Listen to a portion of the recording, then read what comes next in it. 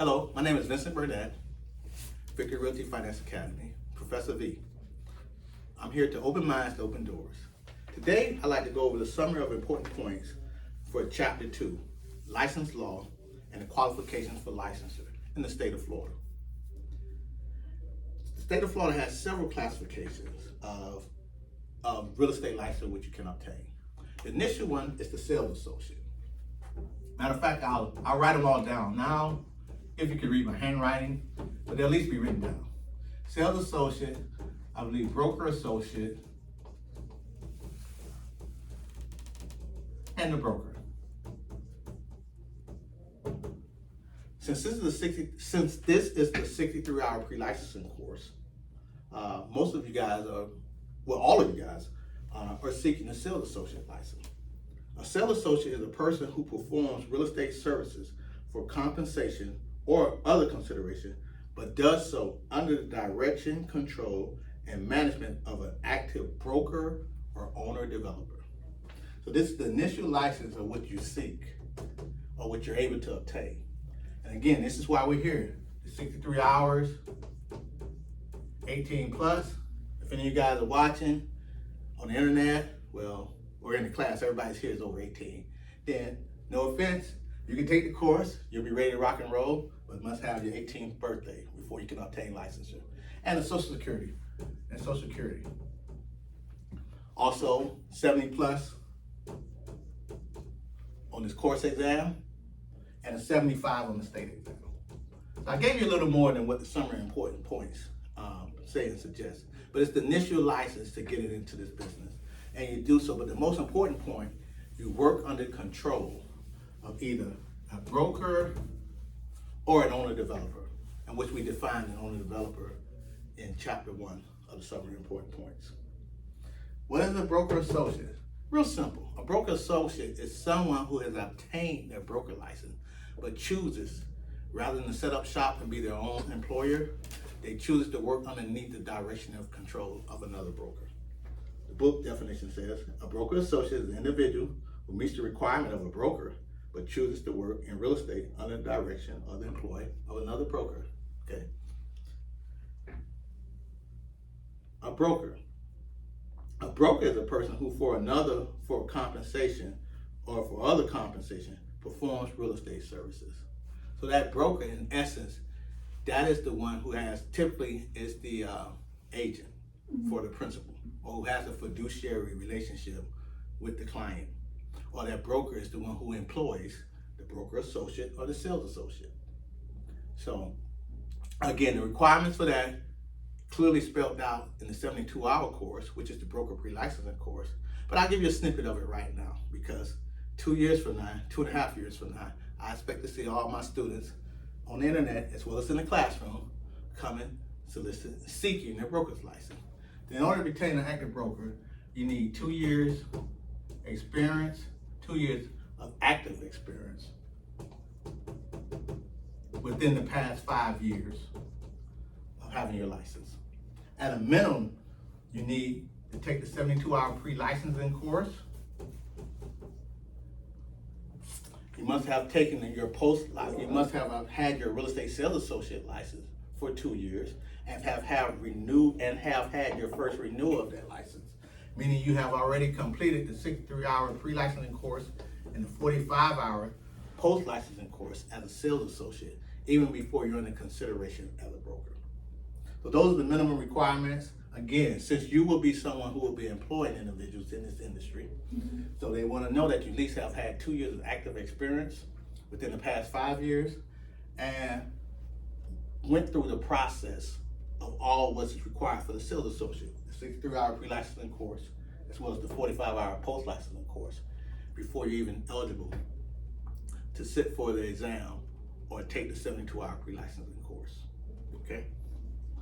An owner developer. An owner developer is simply someone who develops land, is an unlicensed entity that sells, exchanges, or leases its own property. Sales staff must not hold active real estate license. Sales staff must hold an active real estate license if they're paid on a commission basis.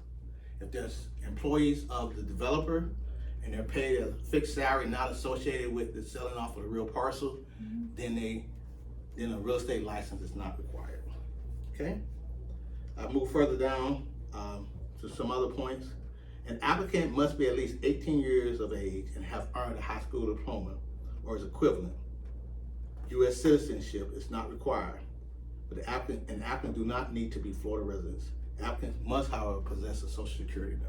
So again, these are just general parameters for the sales associate license, which is why we're here. Okay?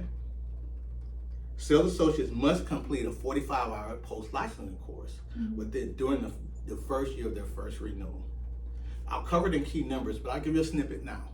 That 45 hours is 63 hours for the pre-licensing course, 45 for the post-licensing, of which they have up to 18 to 24 months to renew in their first renewal period. However, in their first renewal period, they must complete that 45-hour post-licensing course.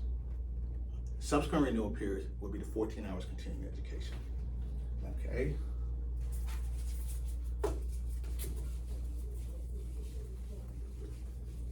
Okay.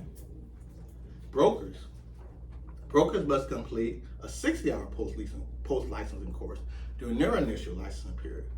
Failure to complete the post-licensing education before the expiration of the initial license will cause the license to become null and void. So, Professor V, break it down everyday layman language. What am I saying?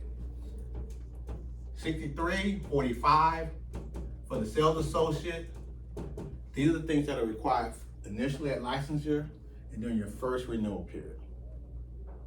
Okay? You must renew within 18 to 24 months. Let's just say 2 years.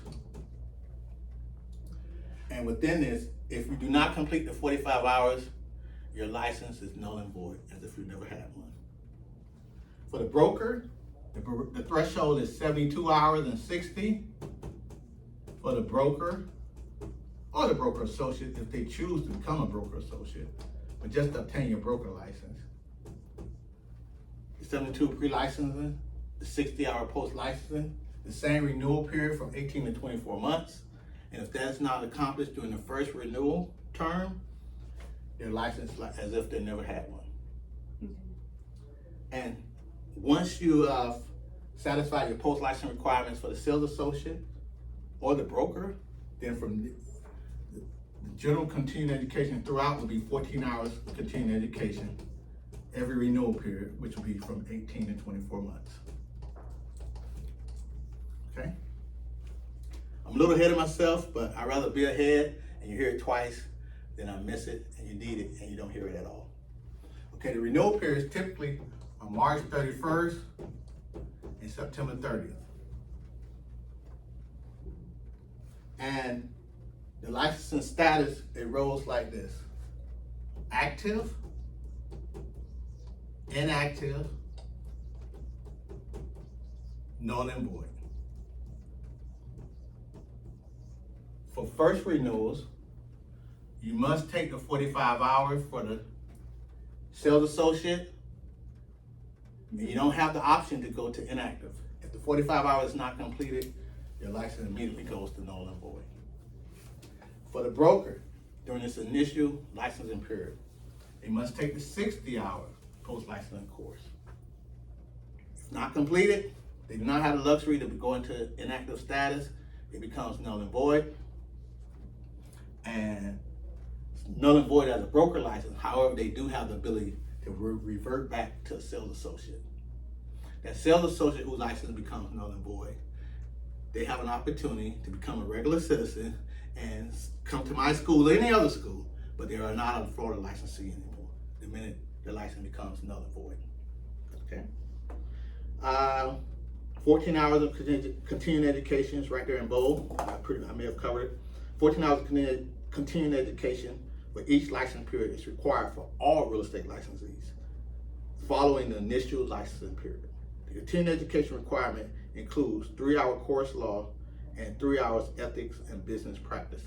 So basically, of the 14 hours of continuing education, 6 hours total. 3 hours on the course law and 3 on business education is required, and the other 8 hours can be on any variety of topics that has been approved by the Florida Real Estate Commission, the Department of Business and Professional Regulation.